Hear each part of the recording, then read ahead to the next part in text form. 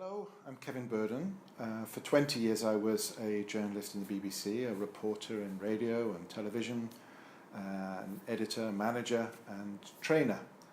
And for the past 10 years I've been an independent consultant working with broadcasters around the world, trying to help broadcast news organisations to keep up with the changing technology, changing practices, changing demands, and make sure that staff and contributors all have the tools that they need and they can use to best distribute news and information across all platforms. So that's what I do.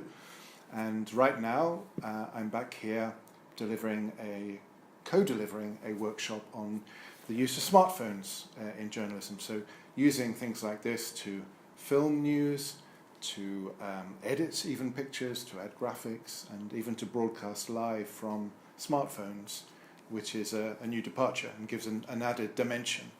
Because broadcasters are used to having big and expensive equipment, and this is a new opportunity really to become much more mobile, more agile, and to report from the field really quite easily.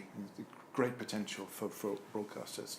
This is a superb training centre here that the ASBU has, the ASBU Academy here on the 5th floor in Tunis. And it has fully equipped studios and training rooms and very, very high standard of training. But obviously it's expensive for people to come here, to stay for a residential course, to get here and to stay. And that means that there's always going to be a limited number of people that can take part in residential training.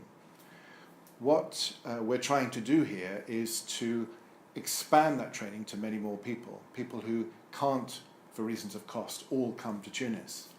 So we're developing an online training platform where we can share training materials, share good practice, provide information, share case studies, examples of work that's done around the region. But also for that to be two-way, so that people can still get contact with other broadcasters in other parts of the Arab world and beyond the Arab world. So to look for what's happening in Europe, in America, and Australasia, wherever it's going on, they can share practice online.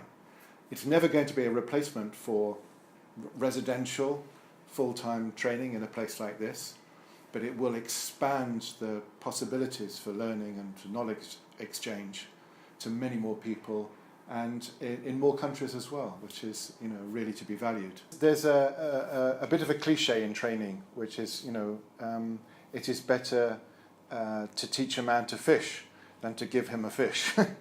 And the principle behind that is that if you give people the skills, then they can go on learning and adapting. And we live in a world which is constantly evolving and constantly adapting. And the public service broadcasters, especially in Europe, are well financed. They have a long history. They work in quite hospitable conditions. They often have guaranteed funding. And this gives them some expertise, but also some responsibility to share the things that they've learnt with broadcasters, with organisations, public service broadcasters, which haven't had those opportunities.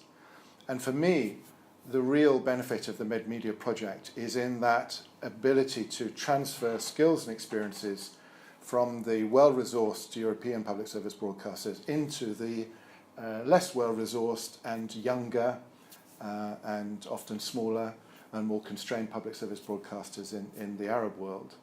But it's not about telling or informing or instructing. It's about sharing experiences and also enabling a dialogue to take place locally.